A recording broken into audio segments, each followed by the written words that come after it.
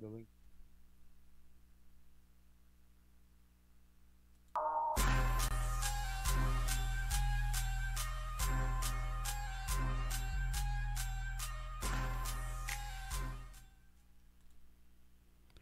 Assalamu alaikum and welcome to the Mad Mamluks podcast.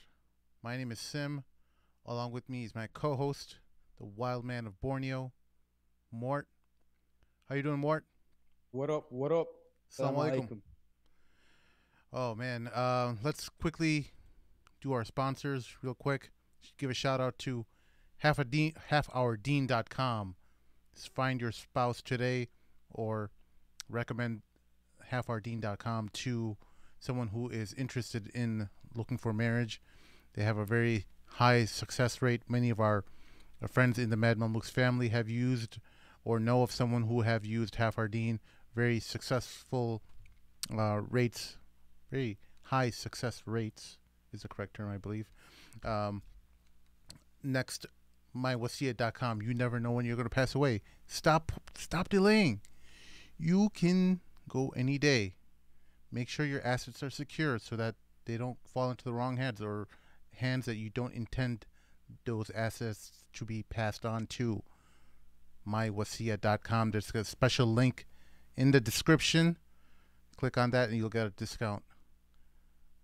Make sure you check out the link tomorrow or in a few hours from now. wahidinvest.com. They are a website that specializes in investing your investments in a Sharia compliant manner. Make sure you invest in a halal manner and visit wahidinvest.com. That being said, welcome back, everyone. See, I told you guys that would be quick and painless. Quick and painless. That's what Mort likes. He gets very bored when I talk about our sponsors. You can see, you go back in some of the videos, he'll be rolling his eyes and like, man, when does this guy shut up? Slander. Man, Pure Mort, slander. what a week, man. There's a lot of news has been going on, but before that, have you seen the recent episodes of or Netflix's season 3 release of Daredevil? I binged watched it over the weekend. It was fantastic. I love it. Fantastic. Great season. Very clean for a lot of you brothers who want to make sure that you see halal entertainment. I mean, nothing's purely halal, right? I mean, there's always some kind of woman who's not covered. I guess if you're very strict about it, then nothing is. And I respect that, by the way. But for those of you who do watch TV and stuff, Daredevil season 3, great. There was Agent Nadeem representing the Muslim community over there. Was he Muslim? Because I felt like some of the names could go back and forth, or they're interchangeable with Hindu names as well. Yeah, I mean, I think there's an illusion to that he is. Illusion. No, they allude to the fact that he is a Muslim, maybe in some ways because of the name. Like his wife's name is Seema. Yeah. His name is Nadeem, and Nadeem is a common like Pakistani Muslim name. A lot of people have that. I haven't met I don't think I've met a single Hindu with the name Nadeem. Yeah. Like it's just kind of weird because the mother in the episode had like a Hindu dot on her forehead. So I'm just gonna assume that they are the a Muslim family. I mean, and his son's name was Sami, and they call him Sammy, obviously. And well, it was just an interesting take since we came a long way since movies like True Lies, where there was that one guy, I ain't your sand N-word, you know. Remember when he says that in the was in the taxi cab? That one, he was that one actor who would always play the Arab role, and I think he was like a Jewish guy. Was he actually Jewish? Maybe. I think it was the guy. He was kind of shorter, but had like a kind of a like woolly hair, and like he was. Yeah, I think he was a Jewish guy. If anyone knows in the chat and knows that guy's name, let us know who that guy was. But he was always like suspected, like he could be playing both sides. He could be a double agent of sorts, right? And I think now Muslims are more accepted, maybe perhaps too accepted. Agent Nadeem was kind of a very liberal Muslim, right? I mean, he looks like he parties with beer in his basement.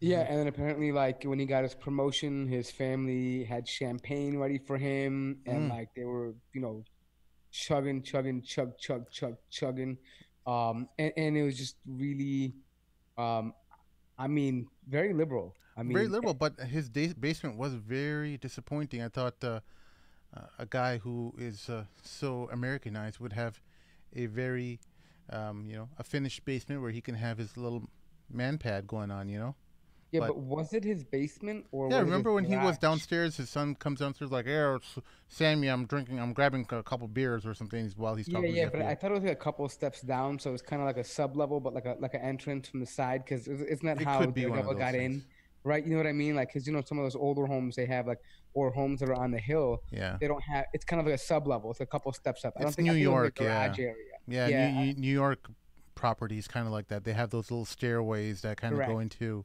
Yeah, It's not really technically a basement like the it's Midwest sub has. level. Yeah. But how lame is that? Most of America or a lot of v- different regions of America don't even have basements. But Yeah, I mean, I was in Philadelphia last weekend, or last week, I should say, for a week, and they have some really old homes over there. But if you notice some of the old homes, they have some really like strange architecture, but some really cool. Like some of them still had like two kitchens, for example, like for maid quarters and things like that. And but yet they have like these weird like rooms like that you can't even use. Like they'll be like too small for even like a twin bed, yeah, but apparently it's a bedroom. You know what I mean? Like yeah. it's just really, in some ways it's really compact, in some ways it's really excessive. But anyways, back to the point though. But is I think this is what the future is though, right? For Muslims, For Muslims, like this is the acceptable Muslim. The Agent well, Ray I don't Nadeem want to working say. for the government, drinking beer, you know, fighting for his country. So I don't want to say that it's the future for Muslims, but it's definitely It's a vision. what. Yeah, exactly. It's put it this way. It's kind of what the Rand Institute would label as a moderate Muslim. Right. A moderate, Right. yeah. That I mean, even though that in my mind I'm a moderate, many of our listeners they see my love for rock and roll and things like that, and they probably be like, this guy's a liberal. Like, I what? thought it was death metal. I like all kinds of rock and roll, not just death metal, but I Oh, like heavy metal and doom metal, and I like things like sex, drugs, and rock and roll, huh? astaghfirullah. Don't mention that word, but we can now. We put that disclaimer up. Yeah, we We put can. the disclaimer up now. Some of the listeners who may just be tuning in before the episode start, we have a disclaimer that shows that the Med Mamluks is for mature and sensible audiences who enjoy some laughter while learning. Right? True, true. But Okay. look, here's the thing though. And that's why I said the Rand Institute. Right. Because remember that was something that was frequently mentioned back in like 2008, 9, because Bernard Shaw, I believe, was the one that no Bernard something did like the analysis of what is a breakdown of the modern Muslim, meaning that the diaspora of Muslims across the world and specifically in America, what is how do we label them? And so they had like moderate, orthodox, and extreme, Right. I believe. And the moderates were okay. So the moderate was more like what we would see as Agent Nadeem, okay? Yeah. And then the Orthodox is what they would call the Rand Institute Sufis, okay, who are down with tasawwuf and all about love and kind of just, the stereotypical hippie-ish, right, type of idea. And then the extreme or the extremist was one that was Salafi or liked books by, I don't know, like Kitab al-Tawheed or Ibn Taymiyyah's books. So and obviously they were pro jihadis and stuff like that. So according to the Rand Institute, and their analysis. And what it's interesting enough because they called it a battle of the hearts and minds. That was what they said, and they were giving the model Muslim, meaning somebody who accepts democracy, who believes in patriotism, somebody who is, who doesn't condemn people who drink, things like that, and that fit a perfect mold for Agent Nadeem because Agent Nadeem didn't really always have to say, "I'm grabbing a beer." Right? It was on rare occasions, but he would be okay with it. He would just have a drink, no problem. He wasn't a drunkard. He didn't have drink all the time in the house, but hey, if it came up, he was down with it. Didn't make a big deal of it. He worked for the government, very patriotic, loved America. White didn't wear hijab, was big on just that whole role, that Well, they would fit. I'm And not so even yeah, looking at things like the hijab. Many practicing very good sisters don't wear the hijab, and that's no, but fine. what But I'm saying is that yeah, for the Rand views it that way, right? right, They right. think anybody who doesn't wear hijab is liberal and moderate, Okay, right? Right. So this is how they kind of look at it, right? And then the hijabi, according to them, could be moderate or extreme, right, right? So for me, I mean, yeah, we don't judge that way. right. So, well, do we want to stick on this topic more, or should we move on? Well, I think we should just mention one thing though. I do think that there is going to be a phenomena of Muslims that will begin to work as agents. It does become very enticing to have. I mean, you obviously are paid very well, and especially if you're bilingual, especially in Arabic and maybe perhaps even Urdu or Hindi. But do we have a problem with becoming agents in terms of working against corruption and other things that are ailing society, other than spying on Muslims? Like, obviously, it seems like something that we know as practicing involved community members. We know that these agents are, entrapping a lot of Muslims. So perhaps we may not focus our career path that way, but involved in other type of law enforcement. Is that okay in your mind, or no? So the way I look at it is, and I could be wrong. I wish Sheikh Hamid was here, but um, being an agent or being in law enforcement by default is not bad, right? It's the action that you do when you're in that field that can make it bad or good, right? And so if you are going to engage in deceit and entrapment, um, I would say you shouldn't do it. Well, But you this could is be, also another component of like overly, like in a lot of these government positions, especially with the FBI, CIA, etc. They have like a lot of patriotism that's kind of like brainwashed down your throat. Even the army as well. Like, they make you really believe in the whole concept of what um, yeah, I American get it. ideology is all Like the about. Like, American it, value and the not just, theology. well, the American values is subjective, right? But like American hegemony is like another thing, right? Like their influence over the world, and really making you brainwashed into thinking like, making you really buy that bull, about how America is better than everyone else. So my thing is, I don't think it's a healthy attitude, but here's where I have the problem. When Muslims are in their country, whether it be from Egypt, Saudi Arabia, Yemen, Pakistan, India, they all are very patriotic about their country, right? And so I think that patriotism is a progression of like kids learn that from their own parents, right? Yeah. And they're very proud to be Pakistani or Indian or Arab or whatever country they come from, right? And I think naturally the kids who are born here, second, third generation, they're going to feel very patriotic about the country, especially ones that have traveled, right? So I like think that like for example, for me, I'm proud of my Americanness in terms of like the culture and some of the just general attitudes and that we have towards things. We don't have, um, we don't take a lot of things seriously as other people do, and at least my own interactions, and I know everyone's interaction is subjective, but my own interaction with American life, it just seems like we're pretty laid back people. We generally very friendly towards everyone else. As long as you don't bother me, we're cool with each other. But um, I it's difficult when you're saying um, you're against American values, and that's not what it sounds very.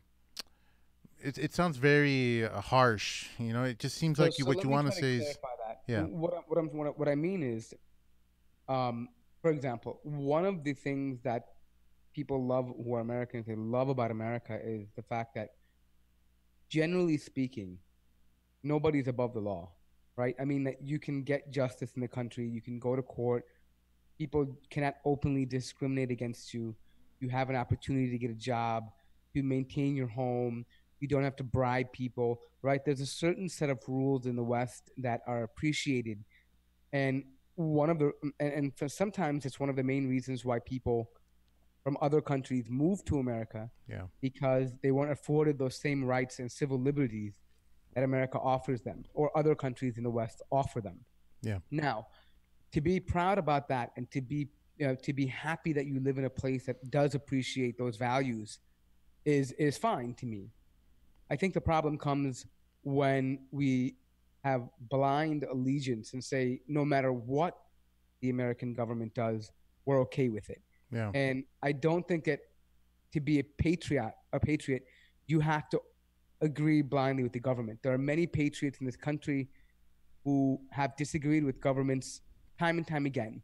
I mean, just for an example, the country is traditionally in the last 10, 15 years has been divided half and half, whether you're voting for Obama or against Obama, voted for Trump, against Trump, Bush, against Trump, I mean, against Bush, whatever it means. But the country is generally divided half and half. right. So the opposition is still patriotic, Man, right? like even the Trump supporters and stuff like that, like many of them, you talk to them, they have like no problem with you. They're very friendly towards you, and Yep. America kind of gets a bad rap because of the 50% or 51% or of whatever people that actually voted for Trump, and that again, that's actual 50% of voters, not the American population.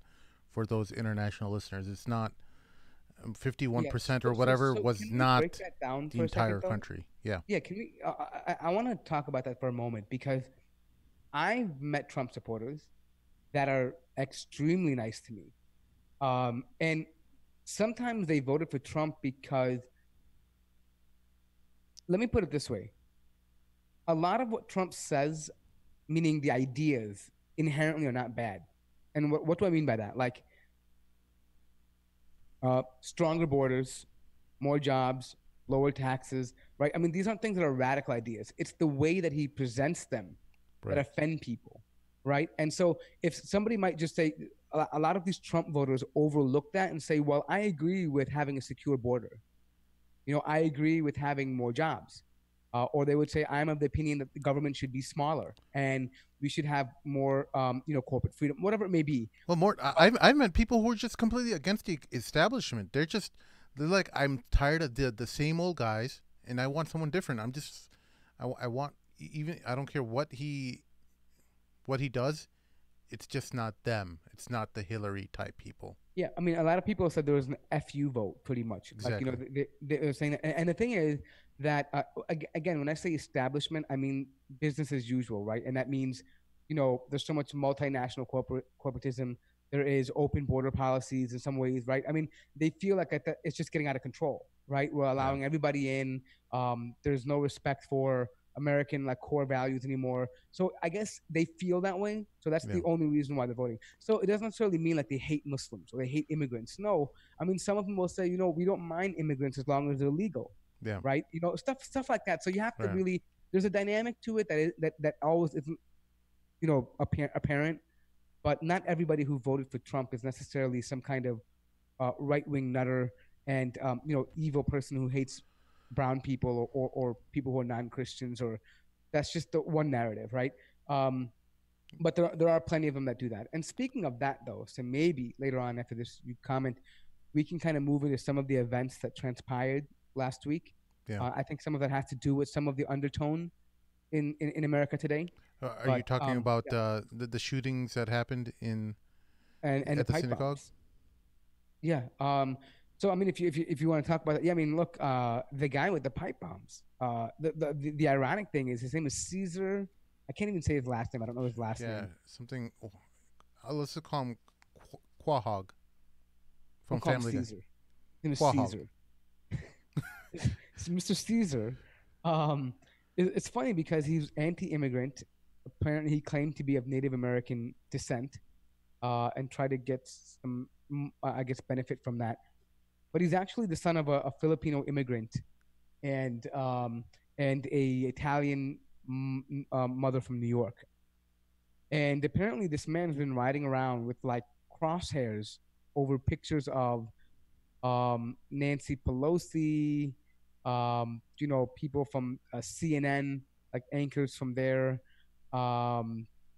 just random, Democrats and stuff like that. And he was frequently posting on some social media websites, and essentially he was using memes to communicate his points of views. And well, the funny thing is that this man is really believed in Trump. He thought Trump was the savior for America. Actually, Anderson Cooper, no, I'm sorry, what's his name? Michael Moore recently tweeted out and released a video footage of that guy at Trump rallies. Apparently, he had caught it because when he was doing his documentary, whatever. So he had footage of that same guy Yeah. at the rallies, and this guy was a hardcore Trump supporter. And I think like the other guy, John Bowser, who blew up the or shot up the synagogues in Pittsburgh. I mean Pittsburgh, yeah.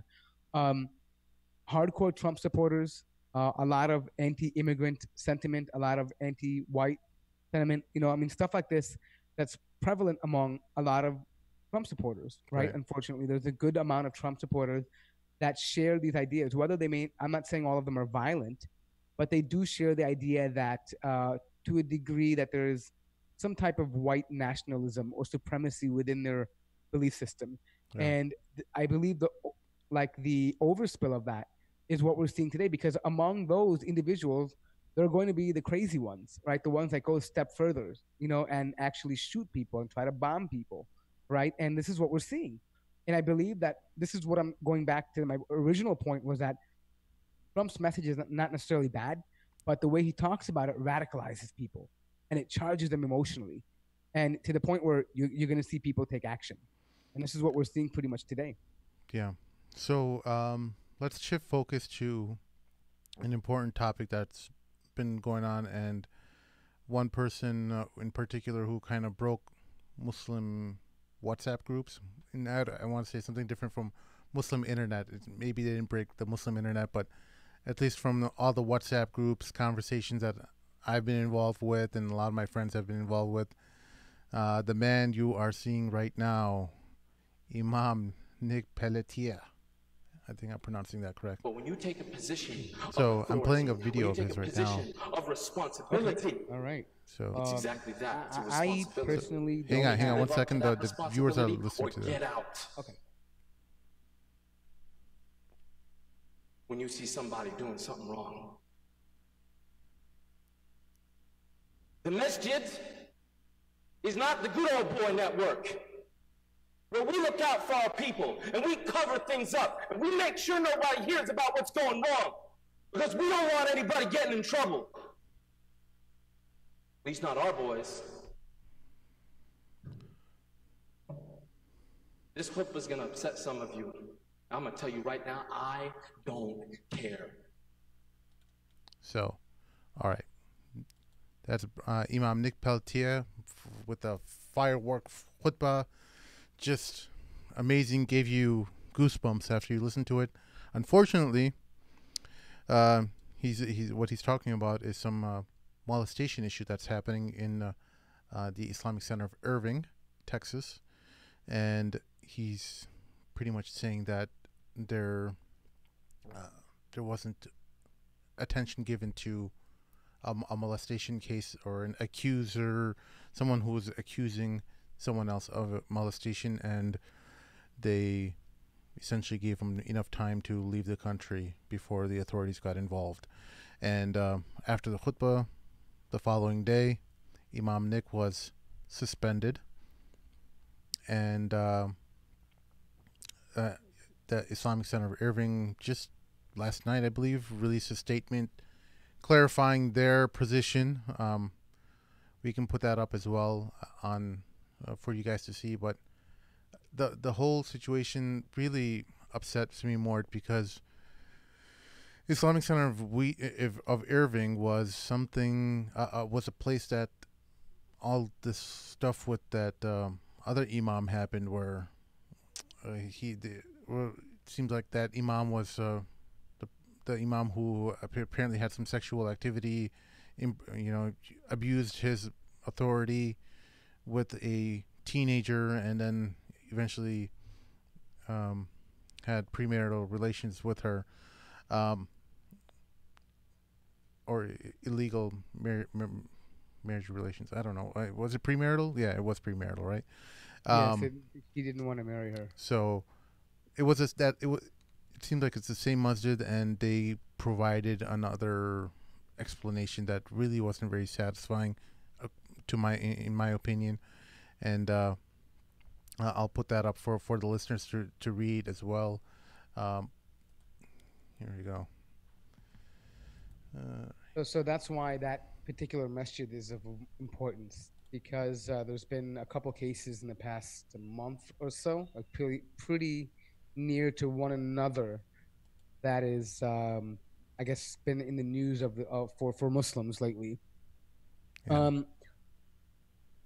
I did read the statement that was put out by the organization about that other imam that was promising marriage and had illegal relations or premarital relations with that young girl that he was mentoring. I'm not too sure what happened in terms of that. Well, here's a statement that the viewers are watching right now, and it starts over here that as somewhere in the middle. Actually, I can't highlight this; it's not like a clickable document. But as many of you are aware, Imam Nick delivered the khutbah on Friday. Imam Nick had heard accounts that understandably caused him concern, but he did not have access to ICI's information on the case, as he was not one of the staff members who received the reports and does not participate in council meetings. Neither did he consult with the Shura Council prior to the khutbah. Unfortunately, his khutbah included statements that are not accurate and have created alarm among members of the community. To avoid confusion or distress arising from inaccurate information, we have removed the video of Imam Nick's khutbah and are sharing the statement about the recent events. Well, you didn't do a good job of removing it because it's all over YouTube now. So I don't know why you would want to remove anything. It just makes you look worse. I mean, don't these guys have like PR representatives who help them like manage situations? And it's just so like our community to have people bungle easy situations. Molestation issue, you think, pretty easy. Call the cops, get the right people involved, matter solved. Nope. Leave it to our community to drop the ball on that. Yeah, I mean, how hard is this? Why is this an it's issue? pretty much like 1, 2, 3. Like, I think if they just imagine like putting their kids in that situation, like what they would do, and I'm assuming that they would have called the cops right away if it was their child. So, assuming that is what you would do, why don't you just go ahead and call the cops? There's a sister Nora in the chat who's made an excellent point. Thank you, Sister Nora. She said, "Don't you think it's weird that an imam is not involved in Shura Council meetings?"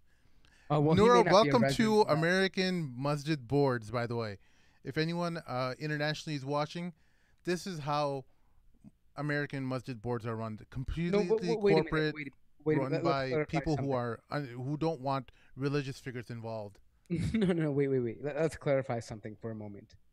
It might be different in Europe, but in America, you have visiting imams or non-resident imams that also deliver, khutbas. They're khatib as well too. Hmm. So you have a resident imam who delivers most of the khutbas on Jummah, and he's the resident khatib. But then you have other imams in the community that also help with that. So it may be very well No, possible no, that no. he's He not Imam on. Nick's Imam Nick's on. He's part of the. He's He's the part of that resident masjid. khatib. He's the regular imam. Like he leads. Oh, Yeah, I thought yeah. he was Because just the they rest. put him on leave right after that khutbah. They put him on administrative leave. Some Oh, people have said that he was fired, but from at least what I've read, it looks like he's on administrative leave. It didn't seem say that he yeah, was I don't know. It's fired. kind of strange that you wouldn't call the resident imam for a shura council meeting. Right. I guess maybe because it's a board meeting full of doctors and engineers that have no knowledge of Islam. No, I mean, Mort, So come on, man. This is like mind blowing that you. How could you put your imam on administrative leave for reporting? Well, apparently, what he did was he reported this incident to the authorities before they did. At least from the way the timeline looks like. People who want to go into the details and look up all the timelines they can, but some of our crack staff at the Med Mamluks did some digging, and it looks like ooh, Imam, some of the staff that digging. we have on our in our team, they did some digging, and it looks like it came. He reported before these guys did. The Masjid board did. He So called the so cops and everything, and he got them involved. And by the time they reported to the authorities, that guy was already gone. so let's back up for a moment. So I read the whole accusation and um apparently there's an old guy who is giving kisses on the cheek But again, this boy is from the what was ICIs. to the lips, they said. But to me, okay, I'm gonna be honest here. Anybody that knows the people from back home know that it's very customary to kiss, even men, on the cheeks, right? And especially when you're back home, even children in the community, right? You view them like your own children, and even like, in America, you're a bit more reserved, right? Yeah, Don't touch my child type of thing. Back home, you see a cute kid, oh, come here, you think it's part of the community. So right. what I'm saying is maybe that old man was trying to just, show love. And, sometimes kids move Well, around it and, could be that sometimes, case. Mort, that's fine. But when if a parent feels if I feel like my child has been abused, I would want people to look into it, right? And I want whether it was something innocent, we want to clear that up. Like if there was yeah, some get kind of that. I get that. But impropriety, even I'm if just it was looking at something whether, innocent, let's clear that up. Let's make sure that hey, what's actually happening here, and yeah, but it what I'm wasn't just trying to one say is I person; it feel was two like that people. they're taking, they're like making a mountain out of a mole because they want to be like the ones to say, look, they have an opportunity to say, what, look how great of a place we are. We don't tolerate any of this stuff, and we won't have, we'll be the forerunners of against child abuse, and which is great to make sure that we report child abuse, but not at the expense of making a story out of something that is really unconfirmed. Like for example, Sim, as a child, right? I'm sure some uncle probably hugged you from your dad's friend. You didn't really give it, you didn't care about him. It kind of made you uncomfortable. Like, Yeah, get but off me. I no don't one know ever you. kissed me. Yeah, but I'm saying I've been kissed by an uncle before. Yeah, I mean, Who's but kissing I've been kissed by Mahmoud uncle? Arab uncles, but like as an adult, like No, they do Mahmoud the uncle from the customary masjid kiss on the used to cheek. slobber on my cheek, dude. Mahmoud uncle, he's a good Yeah, dude. yeah. I I mean, understand more but I mean, a kiss on and the that cheek, was but his. these guys are saying that these kids are saying that it was really close to the lips, or Yeah, but what does that mean, dude? You already kissed in the cheek. Is that but like right here, an again, inch, half an inch but over? I mean, come on, dude. I mean, so that's what I'm saying. I don't. We're only hearing this from ICI's point of view, right? We don't know exactly what the that's people what who I'm are saying. saying. So wait, let's just back up for a minute. If the guy is wrong, I mean, the core, what I think you're saying, Sam, is regardless of whatever who's right and wrong, there has to be someone to go to the authorities first to clarify the situation. And I agree 100%. We should always notify the authorities first rather than trying to deal with it internally in some kind of board meeting and some kind of under the radar type of situation, right? Yeah. Because if it was any one of your kids or our kids, you would want them to, you would go to the police immediately and make sure that that person, we clarify and we make sure that there was no ill intent behind that, right? I agree 100%.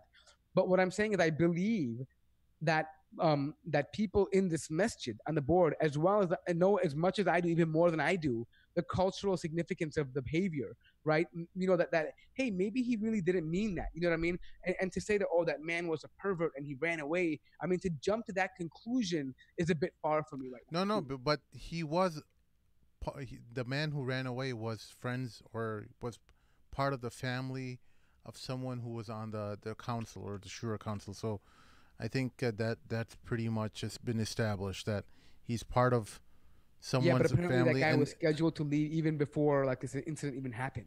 yeah, so I think I mean, he probably thought nothing of it, and like, oh, and the kid will probably annoy the kid. I mean, I'm not saying. I'm just saying. I'm trying to offer some benefit of doubt.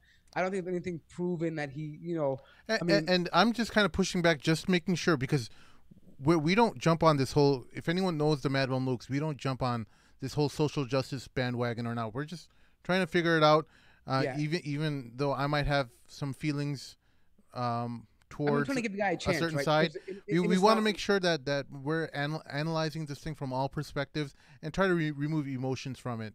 So I know sometimes it hurts people that we're not all of a sudden jumping all over the person who's accusing, but we just want to make sure that the facts are settled. I'm a so father of what I four feel like, kids, and I want to make sure no, that but there's no I man feel it's touching like my this. kids inappropriately. So Yeah, I definitely get, but I feel like this. What if, I mean, I try to put myself in somebody else's situation. I mean, because it's easy to blame somebody all the time, right? And I'm not saying, but in Islam, generally, we have this principle that you're innocent until proven guilty, yeah, right? And like, you have to assume the best of somebody. And my thing, I'm looking at it rationally, like, dude, if the guy was a molester, chances are that you're gonna pick somebody. It's not like he took him into a corner of like a bedroom or like a classroom. I think it was open in like the masjid, like the musalla area, right? It just seems strange to me he's gonna try to molest a boy in the middle in the middle of the musalla. You know what I mean? Like yeah. it just seems very strange to me to think that. But you never know, right? There's also a possibility that he was a person that was, had ill intentions, and Yeah. it should be investigated, of course. If the child and the parents felt threatened and they feel like there's something more to the story that was not being told, then sure, I get it. But I don't think that it's fair to say that this man somehow was evading because he was, guilty, or we don't know any of that. The man already had a ticket before this incident even happened. He was visiting. He wasn't a local, right? I mean, it's not like he planned to just, do that and run out of the country. You know Again, what I mean? You don't know so these things. ICI says, because right now I've lost a lot of credibility for ICI because they put Imam Nick Peltier in administrative leave. You don't do that when you're someone who is upright and wanting justice. You don't suspend a man who wants justice and who wants to make sure that no one is hurt. You know what I'm saying? That's something that made me lose a lot of credibility for them. Like I agree. I would have been, more inclined to listen to what they have to say if they not done that, because Imam Nick, from at least from what his khutbah, when if any of you listeners out there who haven't listened to that khutbah I put up, I'll put a link in the description, and make sure you guys listen to it, because that's a khutbah delivered by a sincere man who's speaking from the heart. He wants justice. He wants to make sure that there's no type of a cover up happening, in our community, and there's no good old I boys commend club. him for that. It's not easy to stand up in front of a community and a board member, because that is your, anyone who's been an imam or knows somebody that is an imam, they know the challenges that are associated with being an imam of a masjid or a community that has a very opinionated board, and they know that a lot of times the board will try to coerce the imam into certain opinions, while because they can use his salary as a leverage against him, right? And say, oh, well, we're employing you. And the imam has to consider that if he doesn't take their position, they could replace him. So, obviously, if I believe that the imam was also speaking from a good place, he was speaking out of good intention. And I do commend his action. I mean, his courage to speak out against something that he feels was maybe an injustice done by the board or a cover up by the board. Obviously, this man is suffering. I mean, he knew that he would suffer a consequence, meaning he could lose his job, Right. his livelihood, his status in the community. but he was willing to risk that to honor that principle of justice that Islam has. So I do also assume the good for him as well too. I assume he did it in good intention and good faith. I just don't want people to get carried away and automatically say the other guy is some kind of child molester, right? I just don't feel like we have all the facts yet to say that. I do agree that it should be investigated in any case. If it's gotten enough attention that people felt uncomfortable and that there are some doubts or shubaha around. No, and more. Here's the most disturbing thing: is that the whole Imam Zia thing with the girl, with the underage girl who ended up becoming, he ended up having relations with.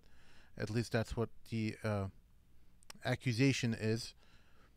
You may want to make sure that things are done much more efficiently and correctly, and you want to make sure that you don't throw your imam under the bus. What world are you in? Why is it so hard to understand that your imam is fighting against abuse, and you make him suffer? You put him on administrative leave? Are you out of your mind? Yeah, very very strange. And something just occurred to me.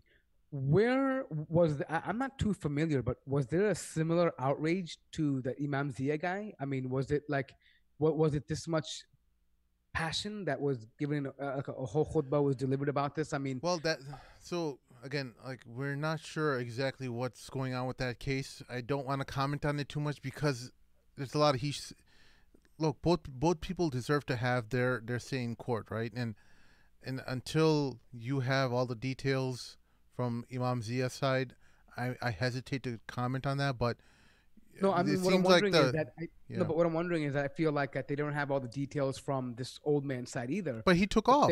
You can't you can't make that when you run away to your homeland a few days earlier than your. No, was it a few days earlier, or did he schedule a depart time? No, it wasn't a scheduled depart time. He left earlier than he was supposed to. Yeah, I don't know that. I mean, I'm telling you that I think they even admitted it in that press release or whatever. Okay, but nonetheless, even if he runs away, though, isn't there? I mean, I'm just curious, like, why there wasn't such an out. Because I mean, to be honest, if that guy, maybe inappropriately kissed the boy on his cheek, right? I mean, I'm just saying, I'm not saying he's guilty or not, or Imam Zia is guilty or not. But what I'm saying is, what is being alleged here against Imam Zia, to me, in my mind, is probably, much more severe than what this guy did. I mean, they both involve children. If it was just if it was like, again, look, it's very difficult because there's cultural things, like you said. If it was just a kiss on the cheek, you don't do that. But it's some people from overseas, it's perfectly normal, in their culture to do that. And hey, Sim, give me 1 second here. I just want to comment. Hey, Crazy Frog, he made a comment. You should go back to the podcast. The sound quality has taken a hit since you switched to YouTube live streams.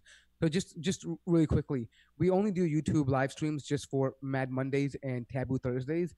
We still have a regular podcast, that the regular episodes that are recorded in the studio and then later on converted to the stream, right? So it's not like we're doing the same thing for both. Right. The audio is separate.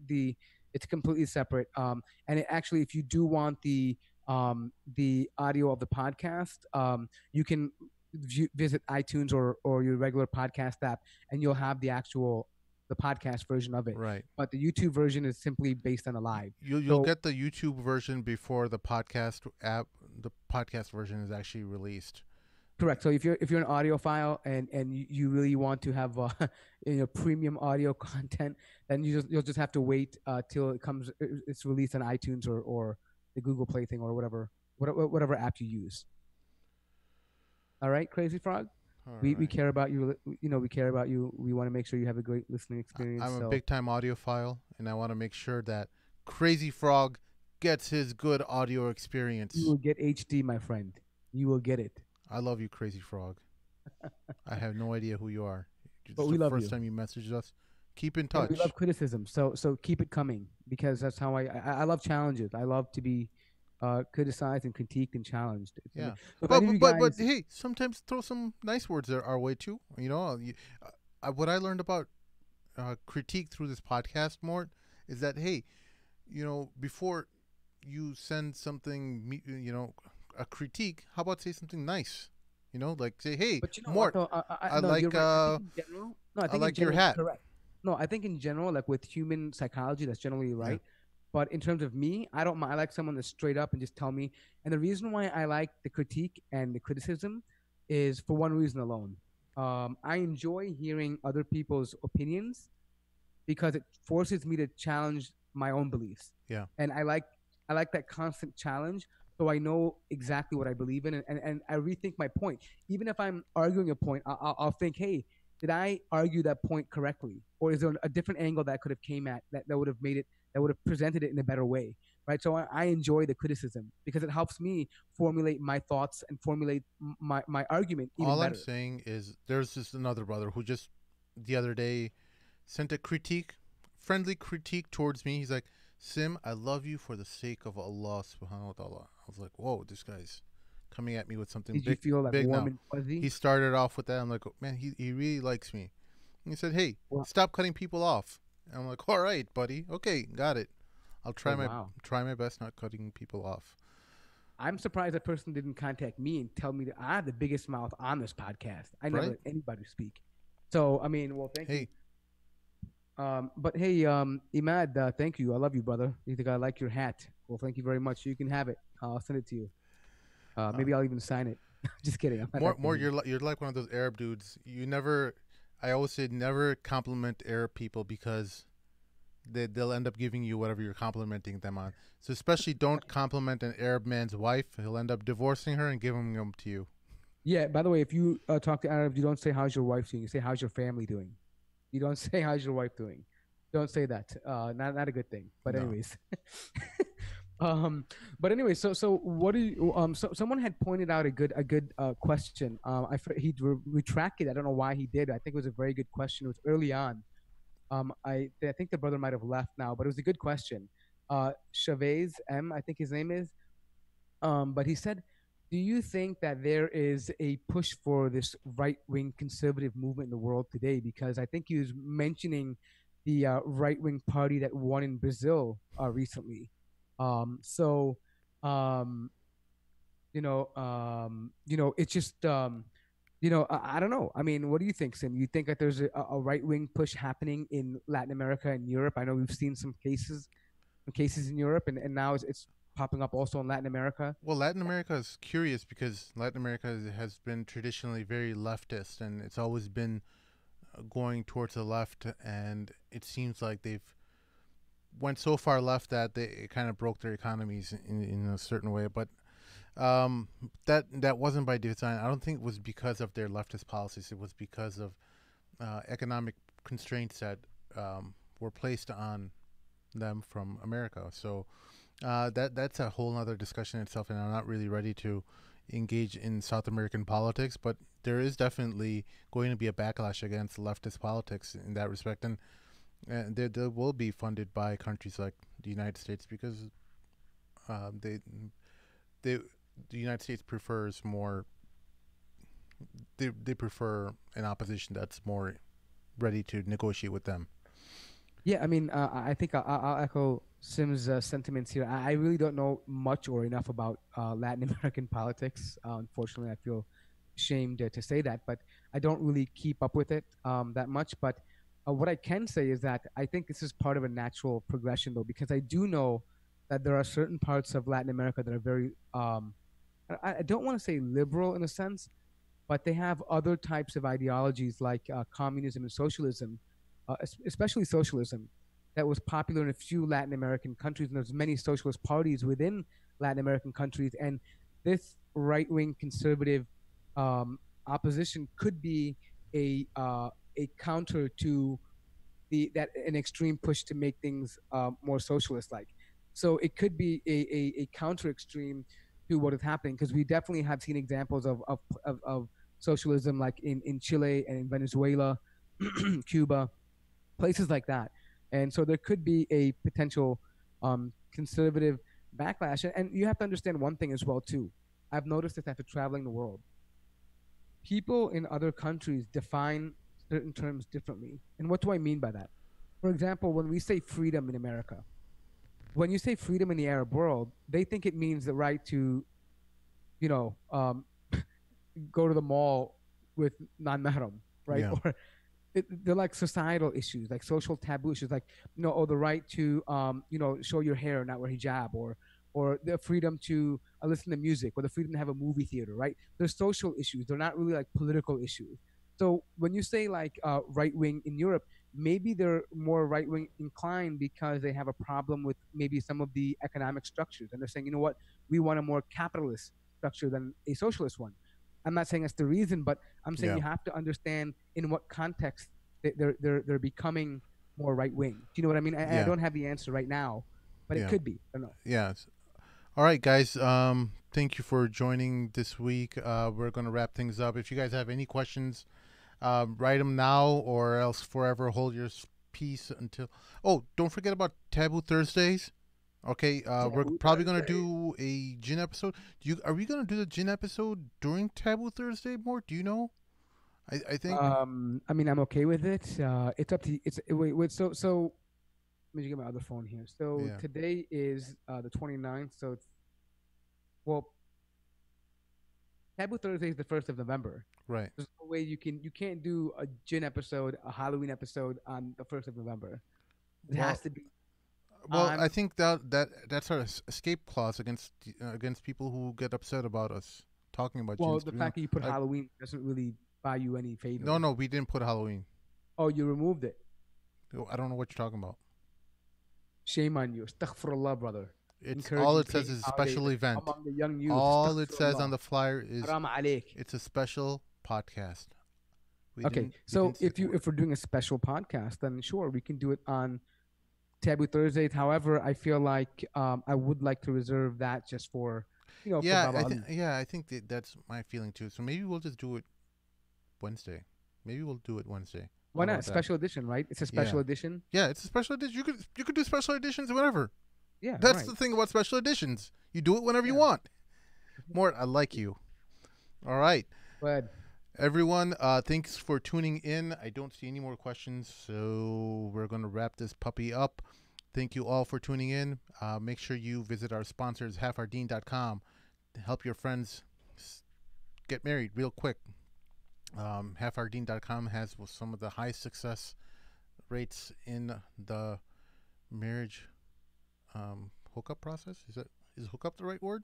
Hookup kind of sounds perverted. yeah, I mean the marriage match process, Yes. right?